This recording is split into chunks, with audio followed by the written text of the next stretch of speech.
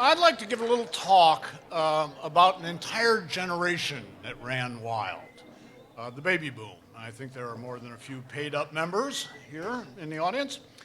We, the baby boom, are the generation that changed everything. Of all the eras and epochs of Americans, ours is the one that made the biggest impression on ourselves.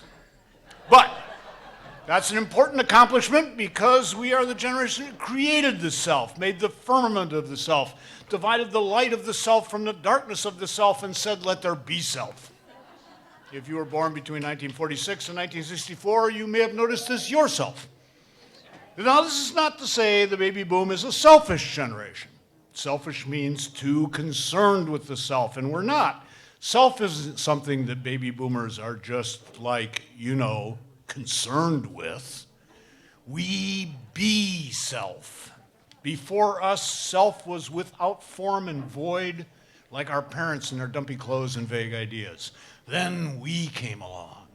Now the personal is the political, the personal is the socioeconomic, the personal is the religious, and the secular, the science and the arts.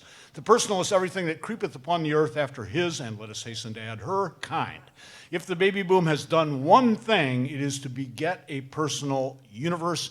Our apologies to anyone among us who happens to personally be a jerk.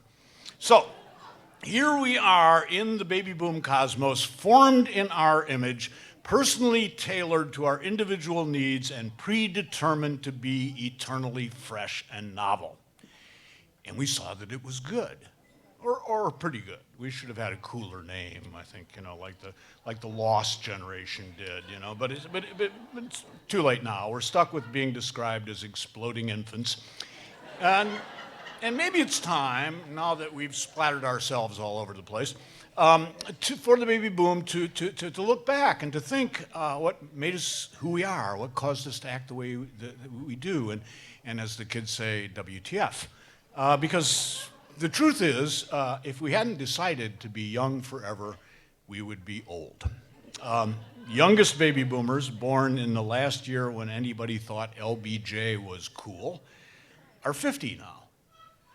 Now, we'd be sad about getting old if we weren't too busy remarrying younger wives and reviving careers that hit glass ceilings when children arrived and renewing prescriptions for drugs that keep us from being sad. And we'll never retire. We'll never retire. We can't. The mortgage is underwater. We're in debt up to the Rogaine for the kids' college education. And this serves us right. We're the generation who insisted that a passion for living should replace working for one.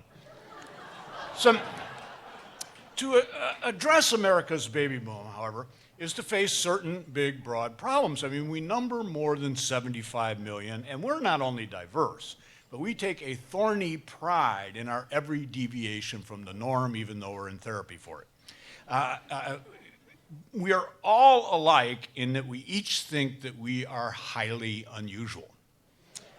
Fortunately, we are all alike in our approach to big, broad problems. We won't face them. There's a website for that, a support group to join, a class to take, alternative medicine, regular exercise, a book that explains it all, a celebrity on TV who's been through the same thing, or we can eliminate gluten from our diet. History is full of generations that had too many problems. The baby boom is the first generation to have too many answers. So, to the problems of the baby boom, let us turn our big, broad, yet soon to be firmed up thanks to triathlon for seniors that we're planning down our generational backsides. And let us concentrate on the one thing that unites all 75 million of us baby boomers, which is bullshit. We are the bullshit generation. We excel at bullshit. We excel at everything that requires bullshit. Politics and entertainment, hedge funds, the creation of the World Wide Web. If it's bullshit, it's us. And I have a vision to present to you. The bullshit of the baby boom is the world's future. Now, it may take decades, it may take centuries, but everyone on the planet will eventually turn into the baby boom. As soon as people get too prosperous and too happy and begin feeling too much affection for their kids and start letting them do anything they want, including being full of bullshit. Now, unless, of course, baby boom style extravagant freedom and scant responsibility and plenty of money and a modicum of peace lead to such a high rate of worldwide carbon emissions that we all fry or drown, you know? But you can't have everything. So, but you can have a profusion of opportunity and at the same time a collapse in traditional social standards. And I mean collapse in traditional social standards in a good way. No more selling your toddlers for child brides, no more cutting off people's hands for stealing food, you know. You look at Western Europe and you look at the wealthiest parts of Asia and Latin America, and they're almost as useless as we are. And again, I mean useless in the best sense of the word, you know, with abundant disposable income and ample leisure time to devote to pointless activities that don't harm anybody else, like internet porn, you know.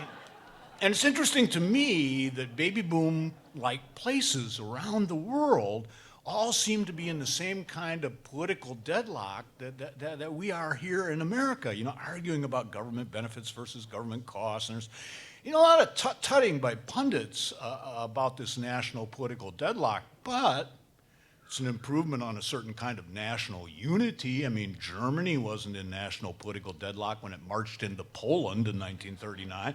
Japan wasn't in national political deadlock when it bombed Pearl Harbor. You know, Russia wasn't in political deadlock when it swiped Crimea. I mean, give me deadlock, you know. So, you see, I foresee a day when all the world's noxious politics will disappear, because all the world's political science classes will happily degenerate into hour-long shouting matches the way my baby boom political science class did in 1968. We were shouting at each other about the war in Vietnam, but I can't remember why we were shouting at each other about the war in Vietnam, because the students were against the war, the professors were against the war, the custodial staff was against the war, but that didn't keep us from shouting at each other. Why? Because we were having fun, you know, just like the Democrats and Republicans are having fun in Washington right now. You know, the baby boom doesn't really have noxious politics. Communism, fascism, Islamicist fanaticism. Baby boom doesn't really have any politics at all. I mean, we've had 3 baby boom presidents so far. We've had Bill Clinton, we've had George W. Bush, we've had Barack Obama. You map these guys out politically, you have to go to Pyongyang to find somebody who's more different from them than they are from each other, right? You know? So you see, it's hard to have politics that are truly noxious when you like being obnoxious better, you know? And in the baby boom world of the future, we're going to enter an economic golden age. I mean, stupid notions of central planning, of nationalization and protectionist trade barriers, they're going to fall to the wayside when everybody is asleep in Econ 101 the way I was, you know?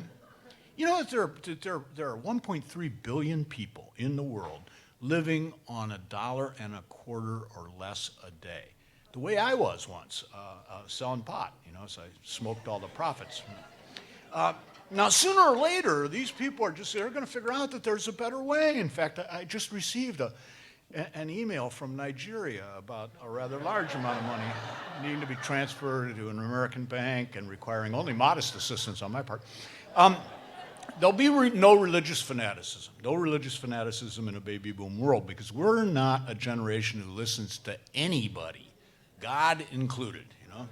And in our defense, I doubt God minds, you know, us not bothering about him. Very few of the people that we have bothered, parents, college deans, the police, LBJ, attractive types in bars, very few have minded when we quit bothering them, you know. Now, world peace is probably too much to ask, but it will be hard to assemble those huge conscripted armies that used to fight wars, because we'll all have a letter from our doctor about how we're allergic to camouflage, you know? Besides, war is about power. Baby boomers aren't power hungry. I mean, power comes with that kicker, responsibility, you know? Now we're greedy for love, for happiness, for experience, for sensation, for thrills, for praise, for fame, for adulation, inner peace, and as it turns out, money. But we're not greedy for power. I mean, observe the baby boomers who have climbed to the highest peak of power in Washington, D.C. The best and the brightest? No, they're at Goldman Sachs. No. So I have a message for all the dictators and despots and autocrats and oligarchs who rule the worst countries on earth. You will turn into baby boomers too. It shall rain on your Woodstock. You shall spend your treasure on discos, cocaine, and rehab. Your junk bonds shall default, and your dot-com bubble shall burst. You shall form overage garage bands and try to play Margaritaville. Your third spouse shall acquire an American Express black card with a credit limit higher than the Greek national debt, Your daughters shall wear nose rings. Your sons shall have pagan symbols indelibly marked upon their necks.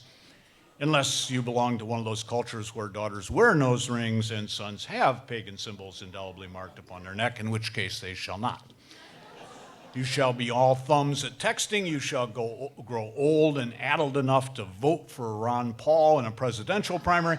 There is no escape from happiness, attention, affection, freedom, irresponsibility, money, peace, opportunity, and thinking it's all bullshit.